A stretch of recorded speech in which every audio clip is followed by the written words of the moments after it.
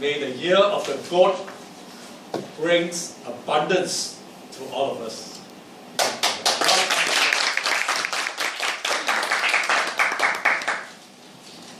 Well, we're going to have a lot of abundance after this. You know what is that? Peace. Food. Yeah, we've got abundance of food after this session. Alright? So, ladies and gentlemen, first of all, thank Fionn for giving me these 10 minutes with you. I would like to get your permission to divide this 10 minutes into two parts. The first part is to share my experience about Toastmasters and how I benefited from it, so that you may use some of the things I did with Toastmasters for your benefit too. Will that be alright? Yes. Yes. Okay. Secondly, and if you like it, I'm going to make it I can make it a permanent feature, is to give you tips on public speaking. Good. And these tips for subsequent speakers, please try to use them. I got a prize for you. The one who used this technique, which I'm going to share with you, will get a copy of my book, quotation book from Albert Einstein, a compilation of quotes from Albert Einstein. And what I would like to start with in these tips for public speaking is the most important part of speech. Which part of speech is the most important? Which part? Introduction. Yes, the beginning of the speech is the most important, the opening of the speech. Because if you do not get the attention of your audience, within the first 1 or 2 minutes, they are gone. People are not interested. People will look that way. People will fiddle with their pen, fiddle with their hands, look around everywhere. Right? So, the opening is very, very important. Right? You want to learn that? You can learn this and then apply this. Alright? Now, let me share with you my experience with Toastmastering. It all began when I was the secretary of a sports club. And we have a sports club night. I was the organizing secretary, organizing chairman for the whole function. We hired an MC. But unfortunately, at the last minute, he couldn't make it. So I have to MC the function. Alright? Well, I got a colleague, a lady who is quite experienced, a PR person. And together, we co-host the evening. During my introduction of the event, the minister, who was the guest of honor, put up his hand. You know what I did? And I was not even aware of it. I said, sit down! I said that to the minister. No wonder I did not get my promotion after that. Right? That was a baptism of fire. And I know I must do something about it because I've no experience in public speaking. When I go on stage, my legs tremble, you know, much worse than all of you here. So you are much more advanced than I am. I was before. So I decided to join Toastmasters, and my life changed after that. After that, I was transferred to Sarawak, and I started, together with a few people, the first Toastmasters club in East Malaysia, Sabah and Sarawak. During the first year, I had a function to attend in New Zealand, in Wellington. I was a newbie at that time, just started, only a few months. You know what I did? I found out that the first non-American president of Toastmasters International was a Kiwi, and he stays in New Zealand. That time we have to buy, there's no internet, we have to buy the directory of International Director of Toastmasters, office bearers and all that. And what I did was, I contacted him by phone. I said, can I visit you? Imagine, I'm a nobody, just a newbie, just started, right? Like the two girls here, just like you, right? And I contacted the president, international president of Toastmasters International. And so, I went to Wellington and visited him. He took me for breakfast at the poshest hotel there. And after that, he took me a visit to his factory, a textile factory. It was a tremendous experience. meeting the #1 man in the world in Toastmasters International. Would you like to do that? Yes. Right? So don't be afraid. After he's also human. Right? Subsequently, because my job took me to many countries, in every country I will contact the Toastmasters Club there. And guess what? And I always offer to give a talk here. You know what happened? Guess what happened? They took me for lunch or dinner, depending on my time, which so far no one did here. So Malaysia is a bit good or whatever you call it. But I always get offers, not only that, offers for lunch or dinner. They also took me to tour the city. Right, just the president took me to visit his factory, textile factory. The others took me to view the city, took me around, like in Frankfurt, in Geneva, and all the places. They took me around. So I'm a free tourist guide. Isn't it wonderful? Because if you join Toastmasters, you have instantly 300,000 friends all over the world. On another occasion, when I went to Frankfurt to exhibit my book, this book, at the Frankfurt International Fair, the largest book fair in the world, because I decided not to go there, I couldn't find a room, except for the very high-end room, it cost maybe $2,000 a night. Oh. Alright? Because all the rooms are booked. So what did I do? Guess what did I do? Toastmasters, yes, that's right. Contacted Toastmasters Club there in Frankfurt, found a person there and said, I need some place to stay.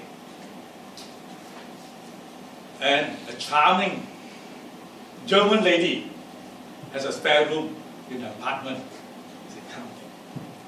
And I stayed there, paying less than 10% of the hotel rates.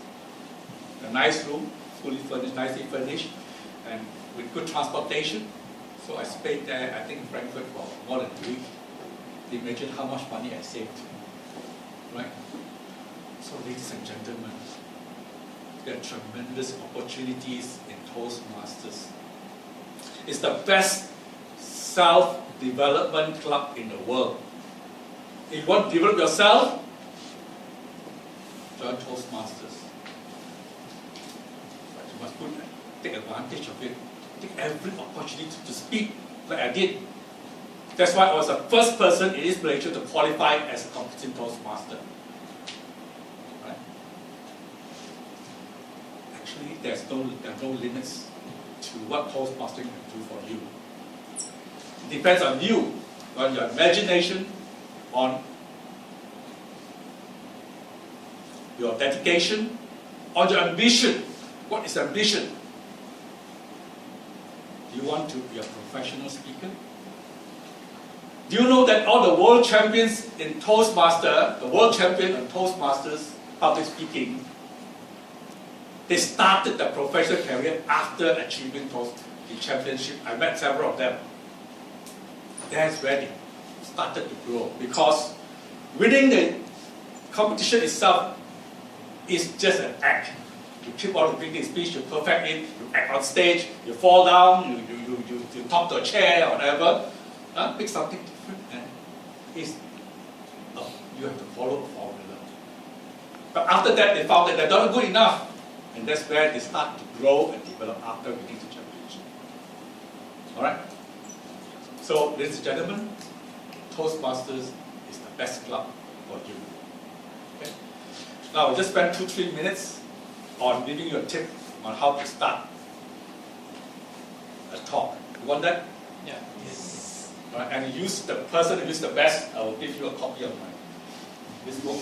This is a very special book. This is a commemorative issue, the centennial celebration of the Nobel Prize. Malaysia, one of the few countries in the world where they have exhibition. I was part of that organizing committee. Right? So this is the book.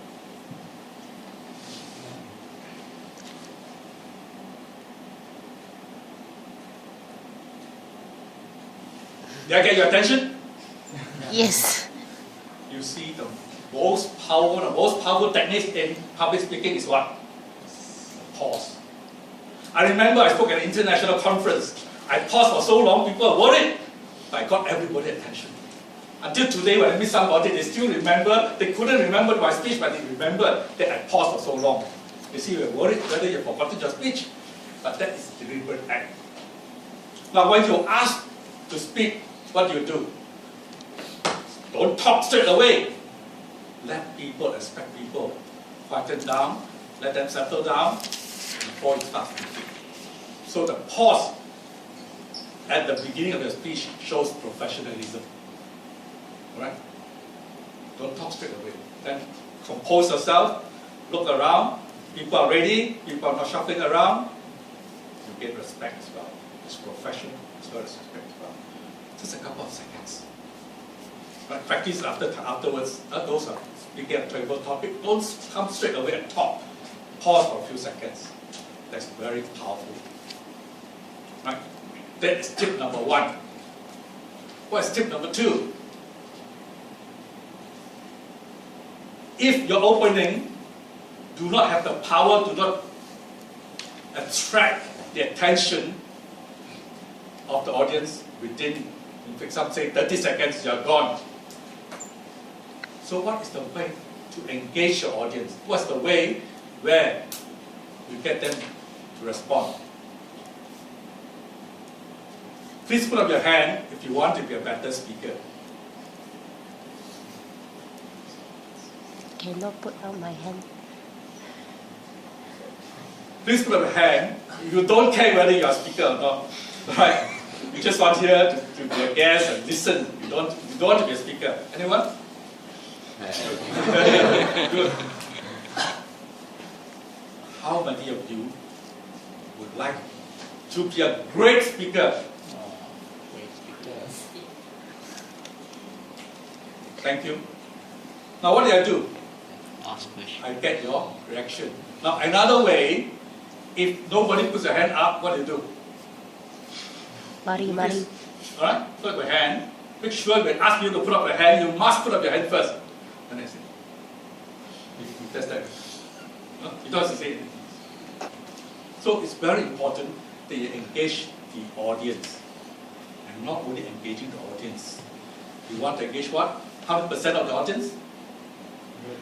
100%, everyone must put up their hand. Then get them engaged 100%. And how to get 100%? By asking questions that everybody will put up their hand somehow. So that is engaging them 100%. Alright.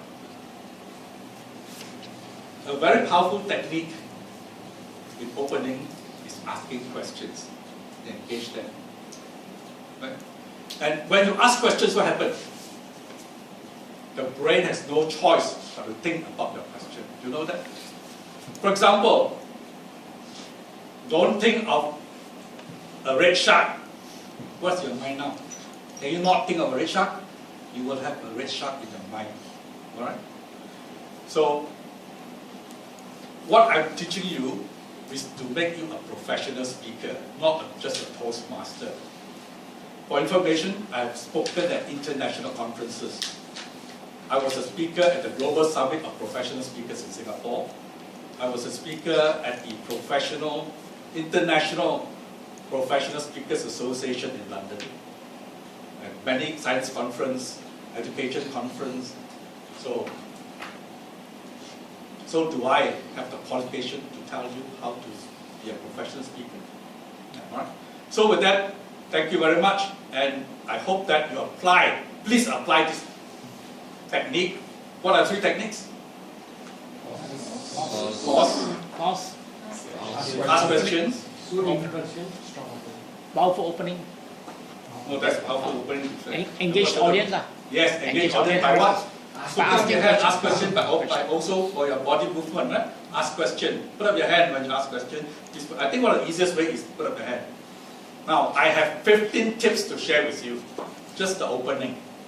So if you like, I will share 2 or 3 tips with you every meeting. Alright? Once you master the opening, then where do we go? The body. Ending. Because ending is very important because it leaves an impression of your speech. So if you want to memorize your speech, the first 3 sentences of your opening, the last 3 sentences of your closing. In between, you can play around with it. But very important, try to remember the first 3 sentences of your opening, the last 3 sentences of your closing. Alright? Okay, and at the end of, is it okay if I do it every meeting? Give you 1 tip, 2 or 3 tips every meeting. Alright, is it okay? Okay. I get your permission first. If that's okay, then at the end of the training for speech opening, the best one, who improved the most, I'll give you or her my book. This book has been translated to 6 languages. Alright? And it has been printed about 20 times. Okay? So, thank you and enjoy.